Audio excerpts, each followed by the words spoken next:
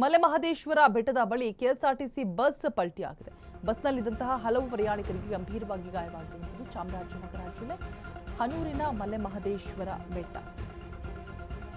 ತಾಳಬಿಟ್ಟ ಪುನ್ನಚ್ಚಿ ರಸ್ತೆ ಮಧ್ಯೆ ನಡೆದಂತಹ ಅಪಘಾತ. ಬ್ರೇಕ್ ಫೇಲ್ ಆಗಿದೆ. ಬಸ್ ಪ್ರತಾಪಕ್ಕೆ ಬೀಳೋದು ಜಸ್ಟ್ ಮಿಸ್ ಆಗಿದೆ. ಗಾಯಾಳುಗಳನ್ನು ಸರ್ಕಾರಿ ಆಸ್ಪತ್ರೆಗೆ ದಾಖಲಿಸಿ ಚಿಕಿತ್ಸೆಯನ್ನು ಕೂಡ ಕೊಡಿಸಲಾಗ್ತಾ ಇದೆ. ಸದ್ಯಕ್ಕೆ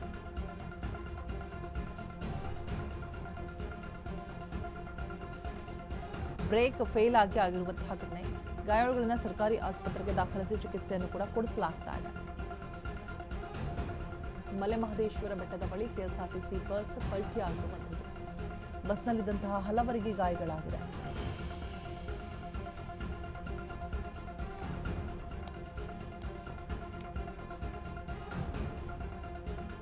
ತಾಳಬೆಟ್ಟ ಪುನ್ನಾಚಿ ರಸ್ತೆಯಲ್ಲಿ ಆಗಿರುವಂತಹ ದುರ್ಘಟನೆ.